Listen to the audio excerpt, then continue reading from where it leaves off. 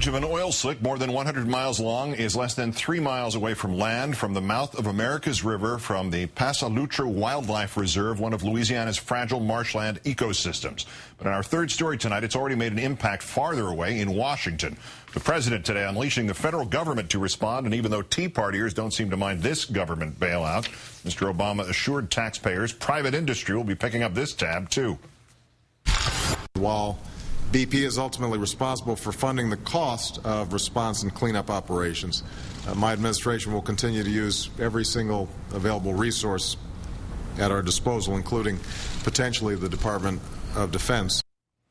Triggered by the explosion and sinking of a Gulf rig more than a week ago, the spill itself from the pipe that once connected the rig to the well almost 1 mile down is now gushing 5 times faster, says the government, than BP first claimed, pouring 210,000 gallons into the Gulf every day, putting it on pace to surpass by next week the milestone 1969 spill off Santa Barbara, California, putting Mr. Obama on the defensive. The White House hinting it could reconsider plans to expand offshore drilling. As Huffington Post reports, the administration gave BP some exemptions for this rig based on BP estimates of a worst-case scenario that was better than this spill. And that BP executives pushed back against new rules last September, claiming the industry's current safety and environmental statistics demonstrate that the voluntary programs have been and continue to be very successful. And though BP is now considering cleanup methods never tested this deep, including underwater chemical dispersants and a 100-ton steel dome. Earlier this month, Sarah Palin told Republicans in New Orleans no more study is needed to drill for new oil in the Gulf. We can produce it safely and responsibly. We don't need more studies. We need more action, because energy produced in America is security for America, and it is jobs for American workers, jobs that can't be outsourced. Let's drill, baby, drill, not stall, baby, stall. That woman is an idiot. Let's bring in Joe Rome, Senior Fellow at the Center for American Progress, the editor of climateprogress.org, and the author of Straight Up. Thanks for your time tonight. Thanks for having me, Keith. BP originally said it could handle a spill by itself. It originally said it would just be 1,000 barrels a day. How has that affected this whole thing, what they said? Yeah, well, BP gave us, they said, trust us. And they said they gave us a lowball estimate for the spill rate and left everyone with the impression that they could take care of it themselves. I think, thankfully, the Obama administration didn't trust them. NOAA did their own calculation and realized that this thing, spill rate, was 5 times what BP said. It's 200,000 gallons a day. And so Obama declared all hands on deck, and he sent out the Coast Guard and EPA and Interior. But I think BP's initial reaction, has made this mess a lot tougher to clean up. The cause of the explosion is yet to be determined. The cause of the safety valve not engaging fully yet to be determined. But does that mean it's too early to determine whether or not regulation was an issue here? Well, you had the quote from Palin. Everyone said this is clean, this is safe. The fact of the matter is that BP was not using the latest technology.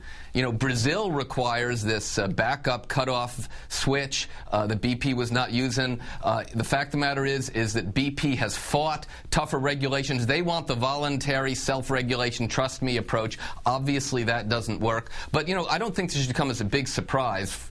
For 8 years, this country was led by 2 oil guys, 2 fossil fuel guys. They looked the other way. They didn't regulate tough. So we've had the worst mine disaster in decades. We had just had another mine disaster. Now we've had a big oil disaster. I don't think it's a coincidence.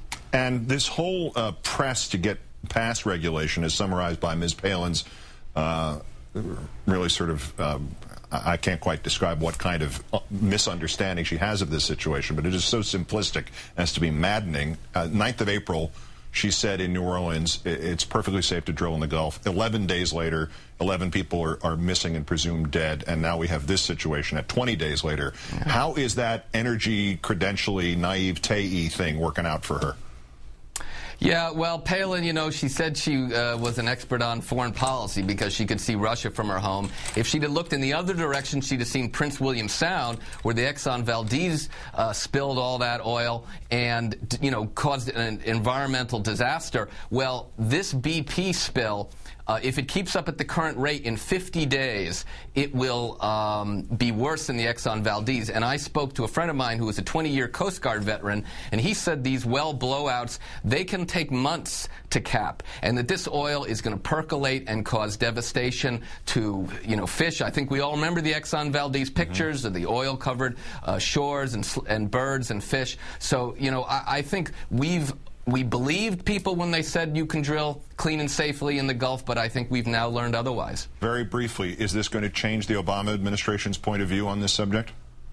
Well, I think the Obama administration, this is going to go on for a while. I think this is going to change the Obama administration position. The good news is, just this week they announced, the first offshore wind project off of Cape Cod. They've announced the biggest fuel economy standards. So they've always had an approach that was aimed on clean energy, and I think it's the clean, safe energy of the 21st century that never runs out, which is where the future lies. Joe Rome with the Center for American Progress. Great, thanks for your time tonight. Thanks for having me, Keith.